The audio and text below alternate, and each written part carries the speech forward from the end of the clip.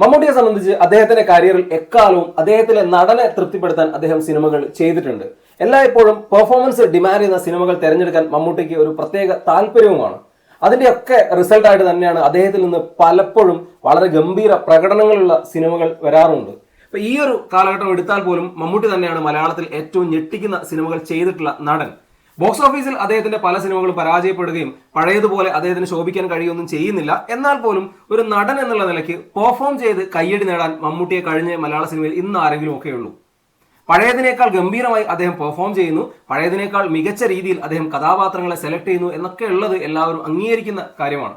അപ്പൊ അദ്ദേഹത്തിന് തന്നെ കഴിഞ്ഞൊരു 4-5 വർഷങ്ങൾ എടുത്തു കഴിഞ്ഞാൽ റോഷാക്ക്, അതുപോലെ നൻപകൽ, ഭ്രമയുഗം, കാതൽ ഒക്കെ പോലെയുള്ള സിനിമകൾ അദ്ദേഹത്തിൽ നിന്ന് വന്നിട്ടുണ്ട്. ഇപ്പോൾ റിലീസാവാൻ പോകുന്ന കളങ്കാവലിലും അദ്ദേഹത്തിന്റെ ക്യാരക്ടർ തീർത്തും വ്യത്യസ്തമായിട്ടുള്ളതാണ്. ഇനി അദ്ദേഹം ചെയ്യാൻ പോകുന്ന സിനിമ അടൂർ ഗോപാലകൃഷ്ണനൊപ്പമാണ്.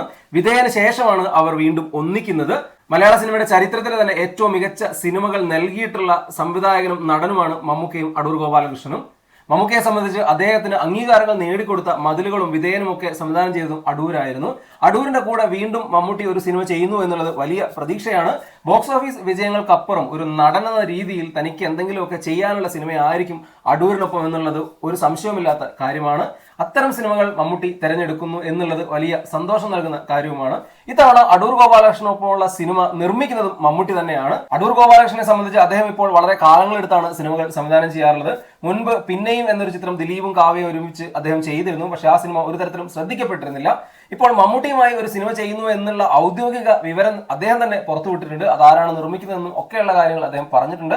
എന്തായാലും മമ്മൂട്ടി എന്ന നടനെ വീണ്ടും വളരെ ശോഭയോടുകൂടെ കാണാൻ കഴിയുന്ന ഒരു ചിത്രമായി അടൂരിനൊപ്പമുള്ള സിനിമ മാറട്ടെ.